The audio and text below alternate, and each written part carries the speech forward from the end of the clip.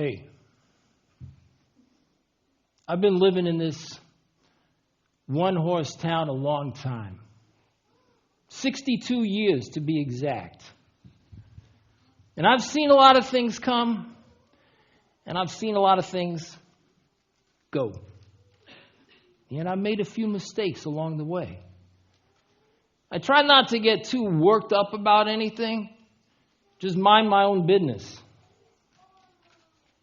Well, this here's my business. My hotel. I call it the Inn at Bethlehem Hills. Sounds fancy, don't it? A real estate developer friend of mine gave me the idea, so I took it. That's my philosophy. Always take the advice of friends, if it's good advice. It's a good business. Not a luxury resort, but friendly and clean, popular with the businessmen. And it brings in enough money to pay for itself, so I don't complain. But every once in a while, we get a family coming through town looking for a place to stay. Excuse me, I haven't had my dinner. Well, I had half my dinner. Every once in a while, we get a family coming through town looking for a place to stay. And as a general rule, I don't like to take in families because I don't like kids that much. Present company accepted, all right? I mean, here's the thing. Kids are okay. The baby kids are always yelling and screaming, keeping the guests awake. And as a general rule, I like to keep the guests happy. See, a long time ago, something very strange happened here, and I've never been able to forget it. I was in my late 20s, already been married for a few years already, 3 kids of my own by then. The hotel I took over from my father, and it was a much smaller affair back in the day. In fact, we only had 4 rooms, but there was hardly ever a vacancy. And, you know, if there was, the kids, we didn't mind having the extra room spread out, you know, have a little more room. But things started slowing down when the Romans, I hate their guts, when the Romans decided to levy another tax on us. Yeah, but they just had a tax about 2 years before that. So I don't know what happened. I guess, you know, the emperor needed some new clothes or something. Anyway, a tax is no... So what the emperor did was he had to call a census.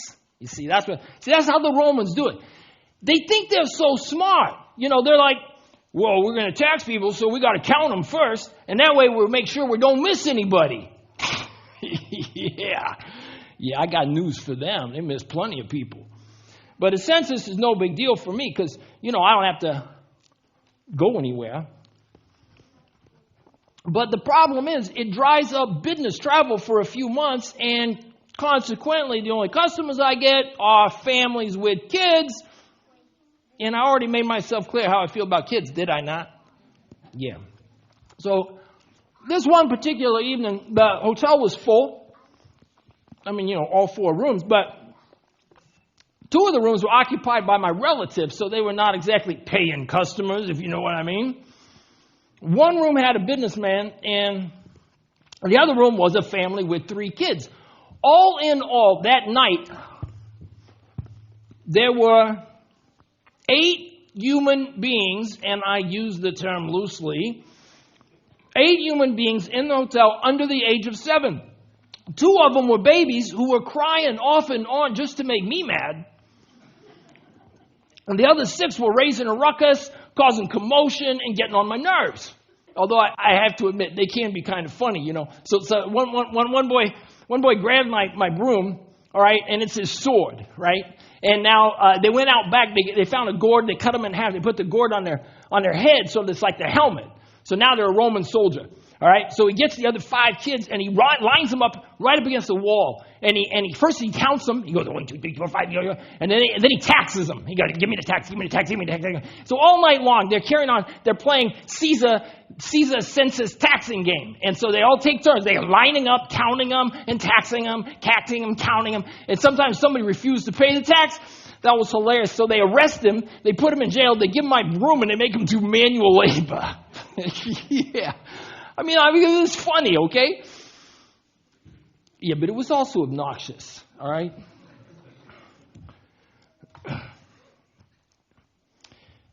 So anyway, they were causing this commotion, and then there's a knock on the door. That's right, there's a knock on the door. Another family come to town for the census. So I open the door. I say, hey, forget it, pal, we're booked. Close the door. Thinking the matter's over.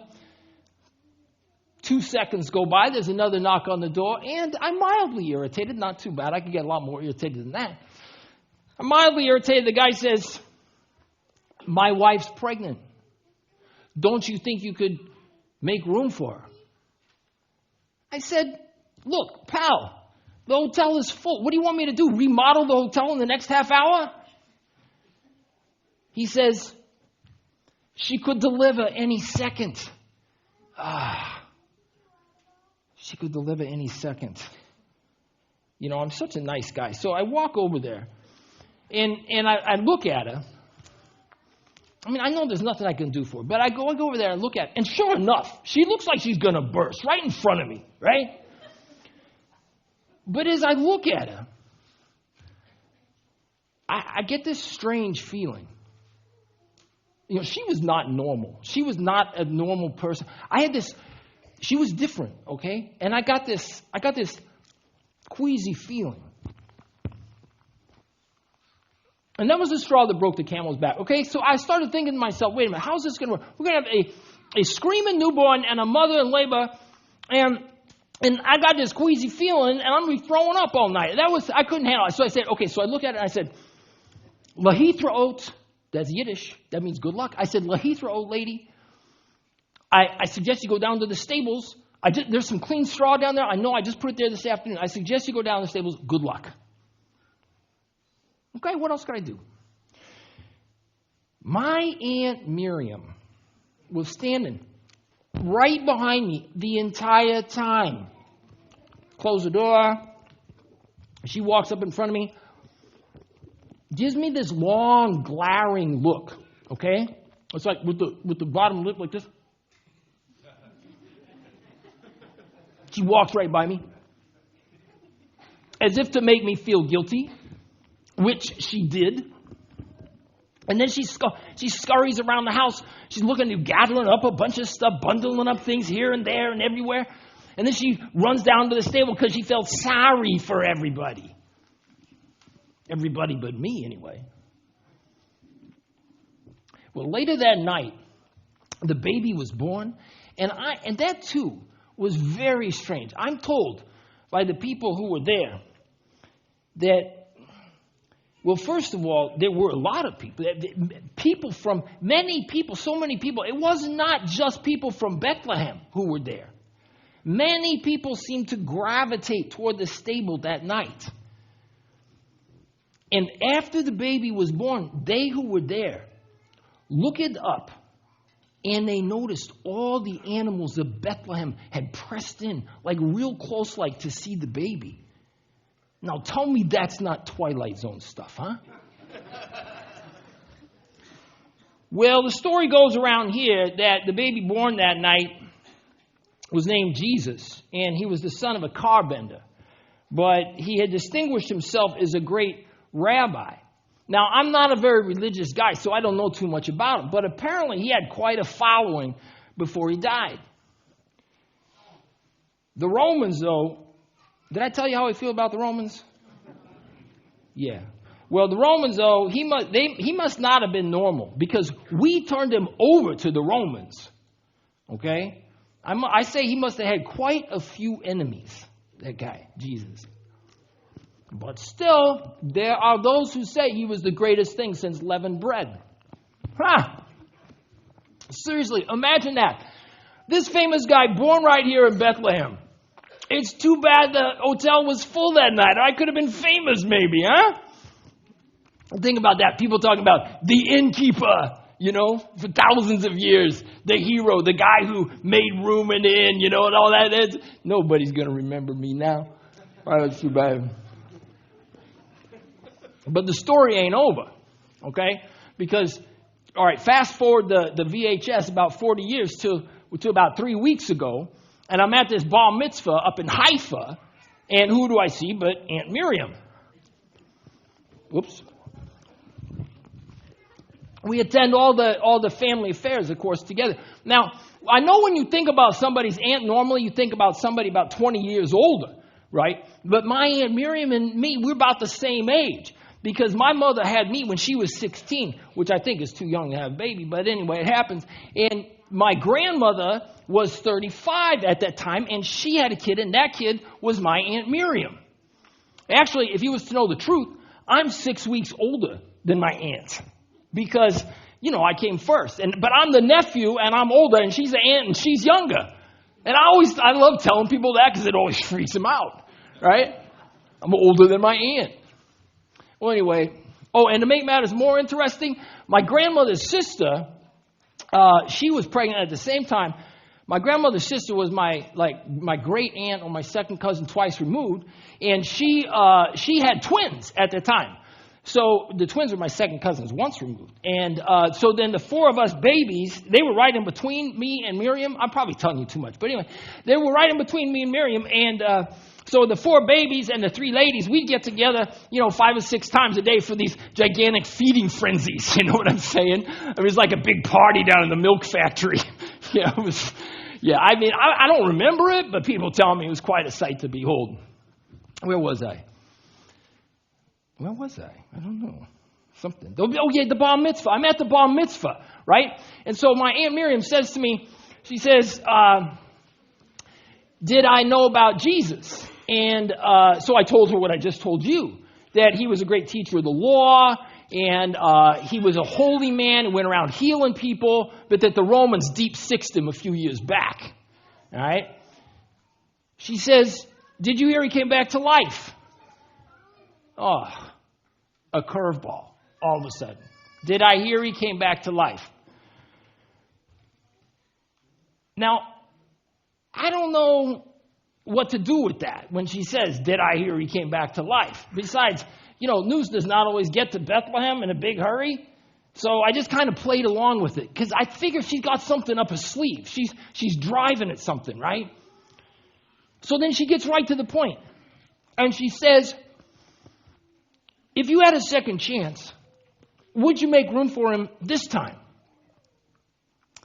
This time, she says. In contrast to 40 years ago when I locked him out of the hotel. Now, to fully appreciate this question, I got to tell you one more thing about my Aunt Miriam. She's a very frank person. She's as smart as a fox, and she does not mince words. She has a way of always saying exactly what she means, but this time she wasn't meaning exactly what she was saying, if you know what I mean. What she said was, if I had a second chance, would I make room for him? So I start thinking to myself, okay, look, Jesus coming to town, and he needs a place to stay, and would I reserve a room for him in the hotel so he doesn't have to sleep down in the stable again? And no sooner do I think that, then I catch this look in my Aunt Miriam's eyes, and I realize she's not asking, did I have room for him in the hotel? She wants to know,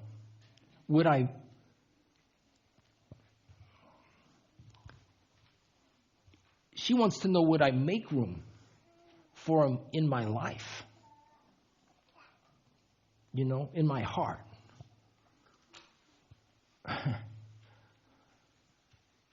Just like that.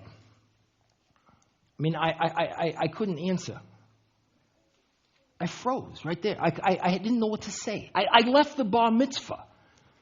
And I've been thinking about it ever since.